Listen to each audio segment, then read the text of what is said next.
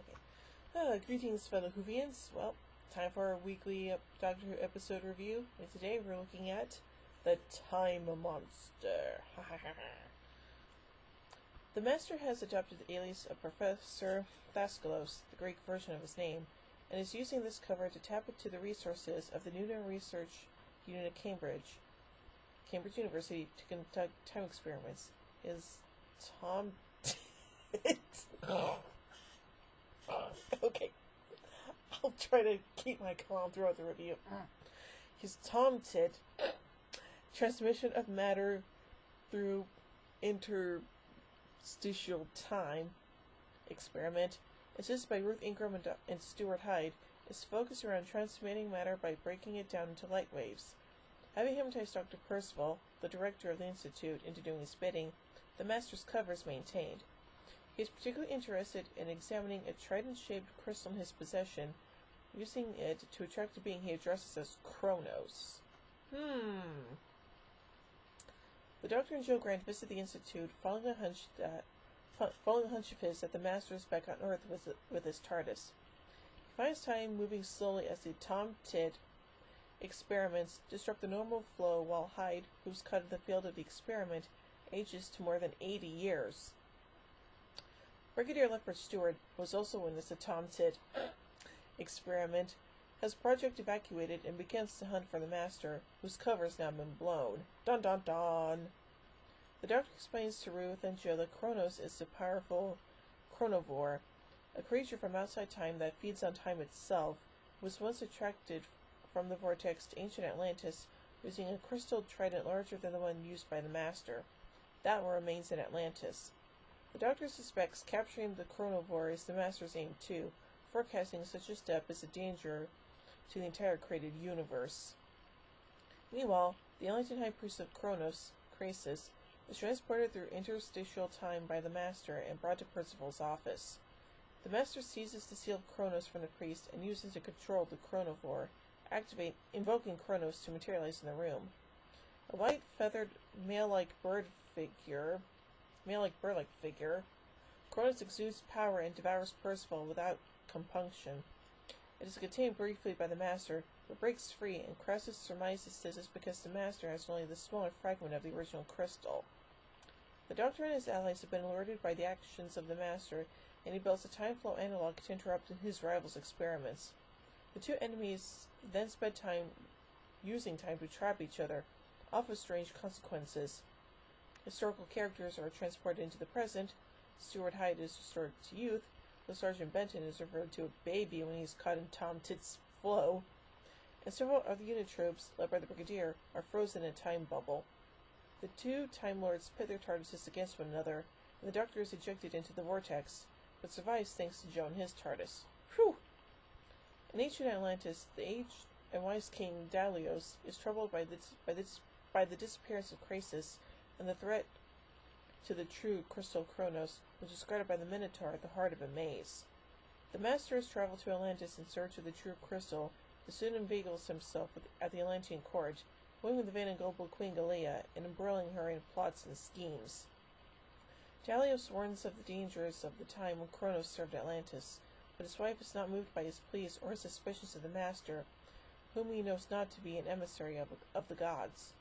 When the Doctor and Jo arrive, the old king, far older than he looks, since Kronos gave him power longevity, forms upon a trust with the Doctor and confides that when Atlantis turned from Kronos, the civilization sought to end the link by which the chronovore could be enslaved. But the crystal cannot be destroyed, only splintered.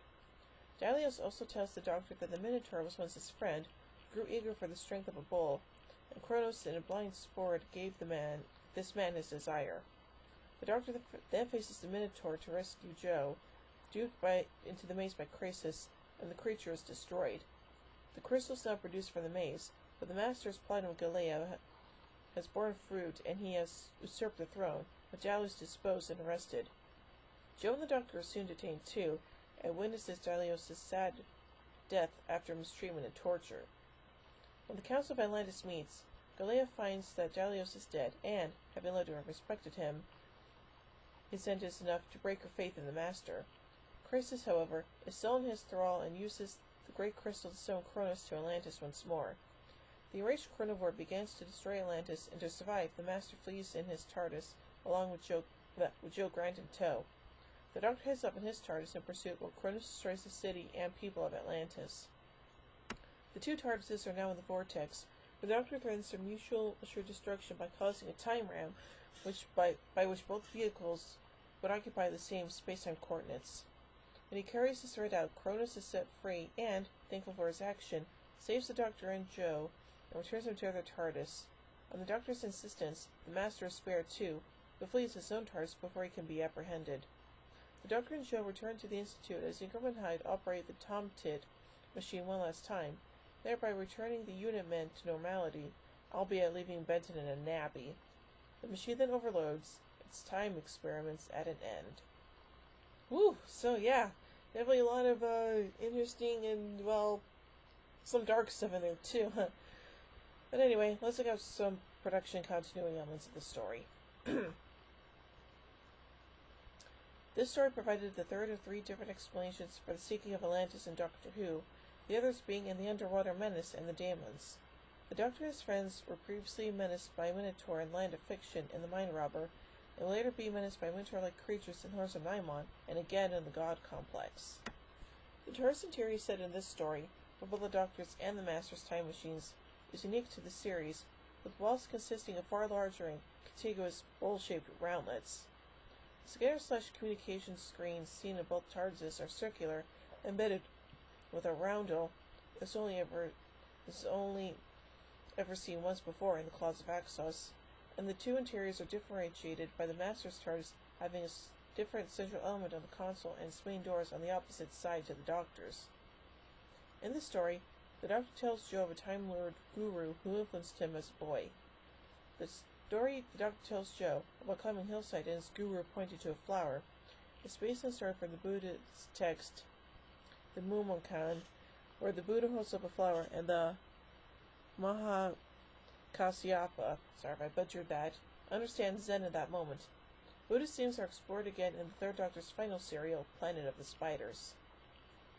The BBC Books Past Doctor Adventures novel, The Quantum Archangel by Craig Hinton, is a sequel to the story. The Chronovores are also featured in the Virgin New Adventures novel, No Future by Paul Cornell.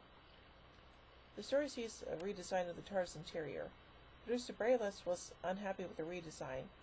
The set was damaged shortly after recording on this particular serial wrapped, and as a result, was discarded.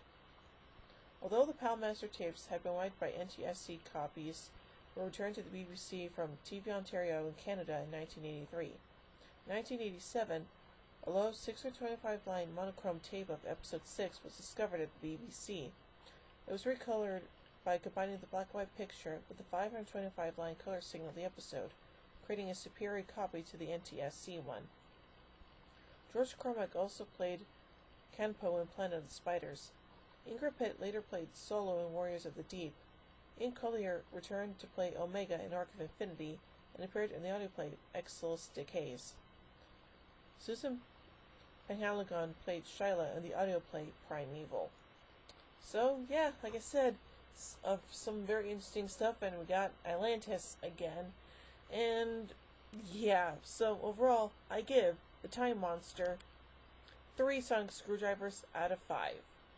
Well, join me next week as we delve into the show's 10th anniversary special, The Three Doctors. Woohoo! So, until then, this is Hoovy and Queen saying, "Oh my giddy aunt!" And I say, "Run, run!" I've reversed polarity of the neutron flow. Would you like a jelly baby?